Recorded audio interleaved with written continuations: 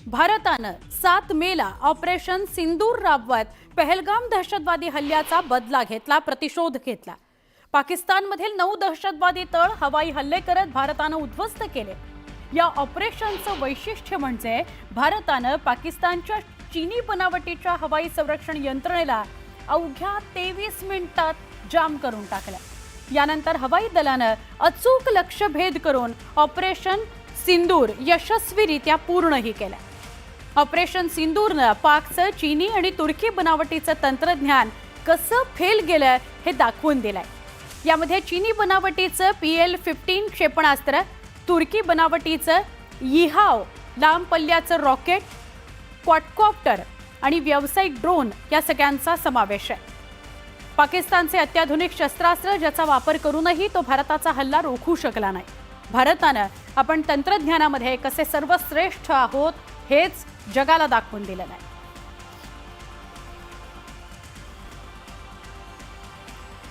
भारतानं पाकची चीनी रडार यंत्रणा पूर्णपणे जाम केली। पाकची एअर डिफेन्स सिस्टीम 23 मिनिटांमध्ये ठप्प झालेली होती। पाककडून चीन आणि तुर्की रडार यंत्रणेचा वापर करण्यात येतो।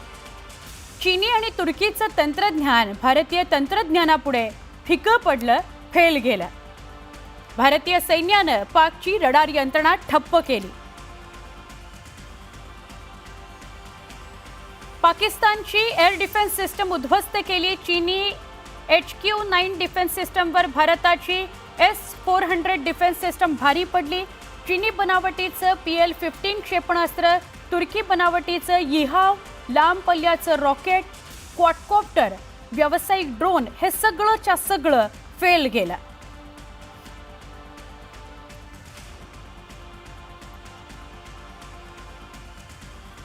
दरम्यान पाकनं कुठले एअरबेस उद्ध्वस्त केले, म्हणजे भारताने कुठले पाकचे एअरबेस उद्ध्वस्त केले ते आपण बघूया। तुम्हाला इकडे बघायला मिळेल। पहिलं तर नूर खान हा एअरबेस जो भारतानं उद्ध्वस्त केला, ज्याचं नुकसान करण्यात भारताला यश आलेलं आहे। त्यानंतरचा खाली आपल्याला दिसेल मुरीद एअरबेस। मुरीद एअरबेस हा महत्त्वाचा एअरबेस, तो सुद्धा नुकसान त्याचं केलेलं आहे भारतानं। सरगोधा हा एअरबेस, या सरगोधा एअरबेसचं सुद्धा नुकसान झालेलं आहे। सियालकोट हा एअरबेस, या सियालकोटच्या एअरबेसचं सुद्धा नुकसान झालंय। रनवेचं सुद्धा नुकसान झालेलं आहे। त्यानंतर पसरूर हा एअरबेस, पसरूर या एअरबेसचं सुद्धा भारतानं नुकसान केलं। सगळ्यात आधी पाकिस्ताननं भारताचे एअरबेस टार्गेट केले आणि त्यामुळे प्रत्युत्तरादाखल आपण जो प्रतिहल्ला केला त्यात आपण त्यांचे जे एअरबेस नुकसान केलेलं आहे, ज्या एअरबेसला टार्गेट केलं आपण ते बघतोय आपण। रफिकी हा एअरबेस, रफिकी या एअरबेसचं सुद्धा भारतानं नुकसान केलेलं आहे। पुढचा एअरबेस बघा, चुनियान हा एअरबेस। चुनियान या एअरबेसचं सुद्धा खूप मोठ्या प्रमाणात नुकसान झालेलं आहे। पाकिस्तानचा अजून एक महत्त्वाचा एअरबेस आहे, त्या एअरबेसचं नाव आहे रहीम यार एअरबेस। रहीम यार खान हा जो एअरबेस आहे, या एअरबेसवर शस्त्रास्त्र ठेवणं, विशिष्ट पद्धतीची यंत्रणा राबवणं अशा सुद्धा गोष्टी या एअरबेसवर होत्या, त्या आपण निस्तेनाबूत केल्या। त्यानंतर आपण पुढे जातोय जोकाबाबाद हा एअरबेस। भारतानं जोकाबाबाद या एअरबेसचं सुद्धा नुकसान केलेलं आहे। अनेक असे एअरबेस आहेत ज्याचं आपण नुकसान केलं आणि त्याच्या इमेजेस म्हणजे छायाचित्र सुद्धा आपण देशासमोर ठेवली। सुकुर हा एअरबेस, सुकुर हा एअरबेस सुद्धा पाकिस्तानचा खूप मोठा एअरबेस आहे, त्या एअरबेसला सुद्धा आपण लक्ष केलं। हे तेच सगळे एअरबेस मी तुम्हाला सांगतेय ज्या एअरबेसवरून क्षेपणास्त्र डागली जात होती, लढाऊ विमानं उड्डाणं करत होती आणि ड्रोनचे हल्ले केले जात होते। सुकुर नंतर आपण बघूया शेवटचा भोलारी हा एअरबेस। हा भोलारी एअरबेस सुद्धा फार महत्त्वाचा एअरबेस आहे। इथून सुद्धा ड्रोनचे हल्ले, लढाऊ विमानं पाठवली जात होती। 2 लढाऊ विमानं पाठवली 2 रात्रींमध्ये जो काही हल्ला झाला आणि त्याला खूप नुकसान पोहोचवलेलं आहे। आपल्या एअरबेस म्हणजे त्यांच्या एअरबेसला आपण नुकसान पोहोचवलेलं आहे। आता पुढे जाऊया। भारतात तुर्कस्तानच्या वस्तूंवर बहिष्कार टाकण्याची मोहीम वेगानं सुरू आहे। व्यापाऱ्यांनी तुर्कस्तानच्या सफरचंदांवर आणि ड्रायफ्रुट्सवर बहिष्कार घातला। आता तुर्कस्तान आणि अझरबैजान या 2 देशांमध्ये पर्यटनासाठी जाऊ नका अशी विनंती ट्रॅव्हल एजंट्स करू लागले आहेत। पाकिस्तानला पाठिंबा देण्यामुळे तुर्कस्थान विरोधात भारतीयांमध्ये एक प्रकारचा संताप आहे। अनेक ट्रॅव्हलर्सनी तुर्कस्थानच्या फ्लाइट्स आणि हॉटेल बुकिंगवर सुद्धा बहिष्कार घातलेला आहे। म्हणजे तुर्की कुठल्याही वस्तू भारतात वापरल्या जाऊ नयेत असा तर बहिष्कार आहेच, पण आता ट्रॅव्हल एजंट्स पुढे येत आहेत आणि असं म्हणतायत की तुर्कस्थानला फिरायला जाऊ नका। जैसे ही हमें पता चला कि टर्की और अजरबैजान इस लड़ाई में गलत साइड में खड़े, ये पाकिस्तान गलत है, ये बात प्रूव हो चुकी है दुनिया में। जो उनका यूएन डेजिग्नेटेड टेररिस्ट है, उसके फ्यूनरल पे पाकिस्तान की आर्मी के लोग, मिलिट्री के लोग खड़े, तो इससे साफ पता चलता है कि पाकिस्तान एक रोग नेशन है, एक टेररिस्ट को पनाह देने वाला नेशन है। उस नेशन को टर्की और अजरबैजान सपोर्ट करें, ड्रोन्स देकर, मनी देकर, ये बात एकदम क्लियर होती है कि हमें इन नेशंस के साथ काम नहीं करना चाहिए। और इसके लिए हमने एक ट्रैवल एडवाइजरी निकाली थी कि इन कंट्रीज में ट्रैवल नहीं करना चाहिए। We were the first ones जिसने ये ट्रैवल एडवाइजरी निकाली थी। हमें बहुत खुशी है इस बात की कि हमें देखकर काफी सारी ट्रैवल एजेंसीज ने भी ये एडवाइजरी निकाली, और आज के टाइम में हमारे एफर्ट की वजह से boycott Turkey, boycott Azerbaijan trend कर रहा है। भारत आणि पाकिस्तान तणावाच्या पार्श्वभूमीवर पाकिस्तानला पाठिंबा देणं तुर्कस्तानला महागात पडत चाललंय। गेल्या आठवड्याभरात अझरबैजान आणि तुर्कस्तानच्या प्रवास बुकिंगमध्ये 60% घट झाली आहे, असा दावा एका तिकीट बुकिंग एजन्सीने केलेला आहे। प्रवास रद्द करण्याच्या प्रमाणात 250% वाढ झाली आहे। तिकीट बुकिंग एजन्सीने आपल्या सगळ्या प्लॅटफॉर्म्सवरून तुर्कस्तानच्या जाहिराती हटवलेल्या आहेत। पाकिस्तानचं समर्थन केल्यानंतर देशभरातून तुर्कस्तानवर बहिष्कार घातला जातोय।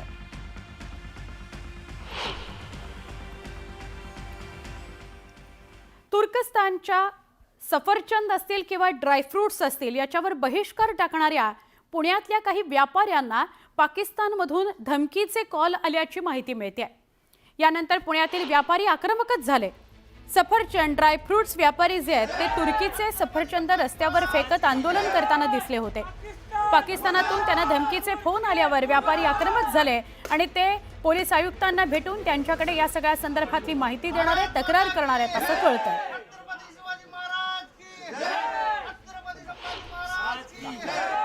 प्रकरण आहे, तुम्हाला धमकीचे फोन आलेत पाकिस्तानमधून असं तुमचं म्हणणं आहे। काय सकाळी 9:15 वाजता नेमकं झालंय? 9:13 आणि 14 मिनिटाला त्यांचे 7 मिस कॉल आले। नंतर रेकॉर्डिंग आलं त्यांचं की धमकी दिली। काय धमकी दिली नेमकी सर? नाही, आम्ही बघून घेऊ हिंदुस्थानी, तुम्हाला आम्ही येतो असं वगैरे काय काय काय काय थोडं बोलले। तर ते जे काय निवेदन आहे ते मी CP साहेबांना दिलं। ते म्हणले आम्ही पुढची कारवाई करू म्हणून। सर तुम्ही तक्रार दाखल केल्या, काय नेमकं तक्रारीत सांगितलं तुम्ही आता पोलिसांना? नाही, तो नंबर दिला जो पाकिस्तानचा होता, तो नंबर दिला आणि सांगितलं की बाबा असं असं तो बोलला म्हणून। हां, तेवढं सांगितलं। पण सगळ्यांच्या माध्यमातून सांगतोय की हे अभियान टर्की बायकॉटचं थांबणार नाही। पण मग तुम्ही अजूनही ठाम आहात की सफरचंद टर्कीचे नाही पुन्हा? अजूनही ठाम आहे। सर मग आम्हाला फक्त एवढं सांगा की का नेमकं तुम्ही हा सगळा पवित्रा घेतला होता सगळ्या व्यापाऱ्यांनी की जे टर्कीमधनं सफरचंद येतात ते विकणार नाही? तेच ना, त्यांनी पाकिस्तानला मदत केली होती, त्याच्यामुळं तो बायकॉटचा निर्णय घेतला। आणि आता तर धमकी दिली म्हणल्यावर तर आता अजून पण बायकॉट करणार आणि अजून पहिल्यापेक्षा डबलनी आम्ही हे करणार। मला फक्त सांगा की नेशन फर्स्ट ही भूमिका ज्या व्यापाऱ्यांनी स्वीकारली त्यांचं मनापासून अभिनंदन करतो, कारण हा केवळ भारतीयांवर हल्ला नव्हता। पहलगामला झालेला हल्ला हा मानवतेवर झालेला हल्ला होता आणि मानवतेच्या हल्लेखोरांना मदत करणाऱ्यांना नाकारणारे आमचे व्यापारी अभिनंदनास पात्र आहेत। त्यांनी काळजी करायची गरज नाही। पाकिस्तानात घुसून पाकिस्तान उद्ध्वस्त करणारा भारत आहे आणि आता तर न्यूयॉर्क टाइम्सने सॅटेलाइट इमेज सहित पाकिस्तानचं सत्य बाहेर काढलेलं आहे। भारताला नखही ते लावू शकले नाही, पण त्यांना कसं आम्ही उद्ध्वस्त केलं। त्यामुळे कोणाच्याही पोकळ धमक्यांना भीक घालण्याची आवश्यकता नाहीये। भारत आणि पाकमध्ये जोरदार संघर्ष झाला होता। या संघर्षादरम्यान पाकमधील कोणत्याही अण्वस्त्रांना धक्का लागला नसल्याचा दावा आंतरराष्ट्रीय अणुऊर्जा एजन्सीने केलाय। लष्करी संघर्षानंतर पाकिस्तानमधील कोणत्याही अण्वस्त्राच्या साठ्यातून किरणोत्सर्ग झालेला नाही असं IAEAनं सांगितलंय। पाकिस्तानातील काही ठिकाणी किरणोत्सर्ग झाला आणि त्यामुळे अमेरिकेनं पथक पाठवलं असं वृत्त फेटाळून लावण्यात आलेलं आहे. हे वृत्त प्रसारित होत होतं ते फेटाळून लावण्यात आलंय. भारतीय हवाई दलानंही आपण पाकिस्तानातील कोणत्याही अण्वस्त्राच्या साठ्यावर हल्ला केला नाही हे स्पष्ट केलं होतं. भारतानं पाकिस्तानच्या अण्वस्त्र साठा असलेल्या किराणा हिल्सवर हल्ला केल्याचा दावा वृत्तपत्रांमधून समोर येत होता.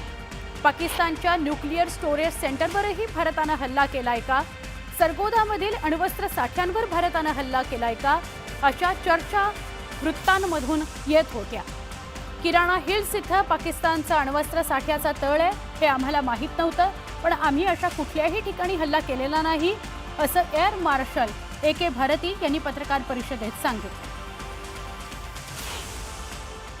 Social media, the Twitter is abuzz with the fact that we hit a site called Kirana Hills, which is supposed to be the nuclear storage facility. And there is a lot of rumors about Sargodha. There are foreign analysts who've mentioned that the Sargodha attack led to certain leaks. Is there a confirmation that we actually hit Kirana Hills, or we were careful of not to do any such thing? Thank you. Thank you for telling us that Kirana Hill houses some nuclear installation. We did not know about it. Okay. And we've not hit Kirana Hill, whatever is there. Okay. I did not brief in my briefing yesterday.